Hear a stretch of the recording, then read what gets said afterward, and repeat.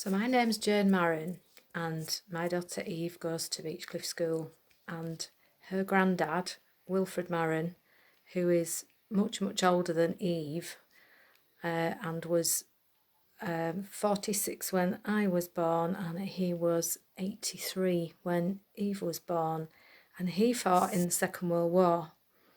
So he met my mum, Eve's nana, in 1939, and they were just about to get married when war broke out, and he knew he was likely to get called up. And called up he was. He was a young man, he was 22, he was really scared. He thought he'd never see his family again, and he went from never stepping outside Boston Spa village to suddenly being whisked away for training, and he ended up on a boat going to Normandy, and he was part of the Normandy landings in France. So he was stationed in Clitheroe, and he'd often tell us stories when we were young that made us laugh. And there he was in Clitheroe training before he was sent away to fight. He was actually in the Royal Engineers and was about to build bridges because he was a joiner by trade. And he got to Clitheroe and just hated it, and just desperately wanted to come home to my mum, who by then had a little boy, Peter, my eldest brother. And he just decided he was going to go, so he just set off.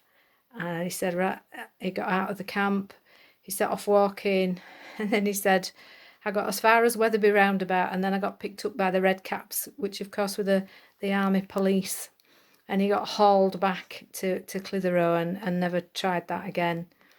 He used to tell us about being shot at when they were building bridges, about losing his friends in front of him, and the trauma that they must have gone through was just horrendous.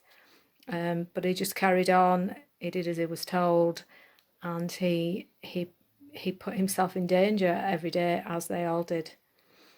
He worked with a captain who was his boss, Captain Donnelly, and he talked often about Captain Donnelly and how fond he was of him and how much he'd looked after the men. And a lot of his paperwork that I've got since has got Captain Donnelly's signature on it.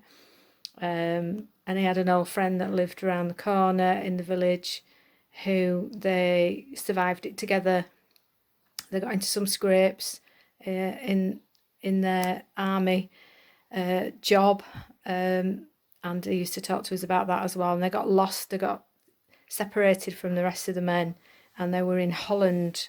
So then they were behind enemy lines, and they were trying to find their way out, and they were thirsty and hungry. And they went to a woman and said, in his best Yorkshire accent, my dad's friend, hey lass, have you got any water to wash with? And she knew what he meant. She said, Wasser und waschen, which is kind of the German way of saying it. Knew what they meant, gave them some water, sorted them out, and the men got reunited, and they didn't come to any harm, thankfully. But he would that must have been a really scary time, but he put a funny spin on it.